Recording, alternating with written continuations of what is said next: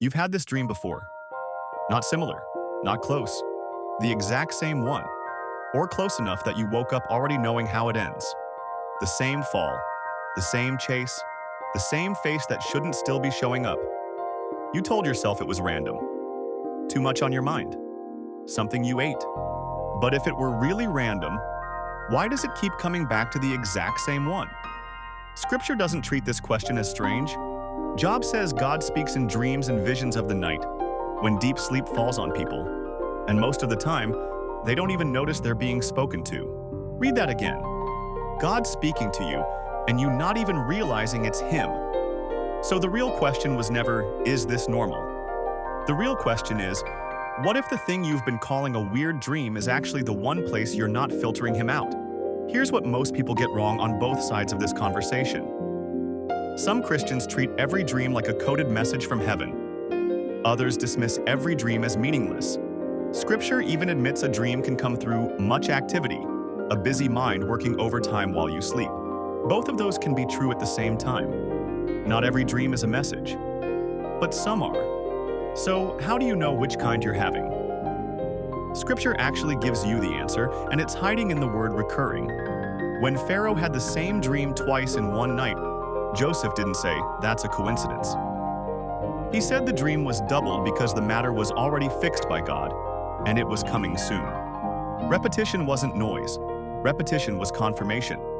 Which means the dream you've had 5 times, 10 times, 20 times, that's not the one to ignore. That might be the one you were never supposed to. This isn't a fringe idea in Scripture, it's all over it. Joseph didn't just interpret dreams. His own dreams predicted his entire future before it happened. Daniel got pulled out of prison because he could explain what a king's recurring dream actually meant.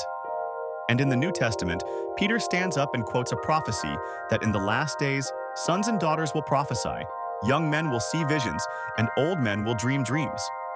That promise didn't expire. It was never marked Old Testament only.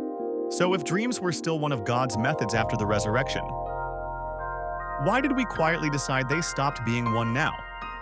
Let's talk about what you actually came here for. The dreams you keep having, falling, with no landing. You wake up right before you hit the ground every time. In Scripture, falling often shows up around a loss of control, a fear of failure, or a warning that something you're standing on isn't as stable as you think. What in your life right now feels like it's about to give out from under you? Being chased, and you can't run fast enough. This one repeats for people avoiding something in waking life. A decision, a conversation, a sin they haven't dealt with. What have you been outrunning instead of facing? Water, calm or violent, and it matters which. Water shows up throughout Scripture as a symbol of the Spirit, of cleansing, of chaos, sometimes of coming change. Calm water and flooding water are not the same message. Which one do you keep seeing? Teeth falling out. One of the most commonly reported recurring dreams there is, often tied to shame, to feeling powerless, to fear of being seen as weak. Is there an area of your life where you feel like your voice or your strength has been taken from you? Flying. Sometimes freedom. Sometimes a warning about pride, about rising too fast, about being somewhere you were never meant to climb to on your own. Which one does it feel like when you wake up? Relief or unease? Someone who's already gone, showing up again. This is the one people are most afraid to talk about. Scripture doesn't treat this lightly either way. It never encourages seeking out the dead, but it also doesn't pretend the dream isn't happening to you. What did they say to you? And did it sound like peace or like something else? If 2 or more of these are dreams you've actually had, you already know this video wasn't a coincidence either. Here's why this matters more than curiosity. If God is trying to warn you, and you keep sleeping through the warning doesn't stop. It escalates. And if it's not from Him, if something else has been speaking into your sleep, ignoring it doesn't make it quiet either. Either way, the silence isn't neutral. It's a decision by default. So what do you actually do with a recurring dream? Daniel didn't guess. He prayed for the interpretation before he ever opened his mouth to the king. That's the model. Ask God directly what it means. Don't reach for the first random dream dictionary you find online that has nothing to do with Scripture. And test what you receive.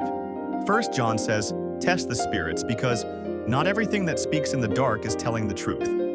If an interpretation pulls you toward fear, toward chasing something outside of God, toward secrecy, that's not confirmation. That's a red flag wearing the dream's face. Write it down, pray over it, bring it to Scripture before you bring it to a stranger's app. If you've had one of these dreams, or one I didn't mention that keeps coming back, don't just scroll past this. Comment the dream below.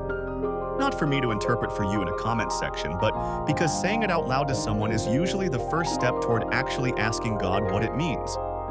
Declare and comment this: Lord, give me discernment for what I see when I close my eyes.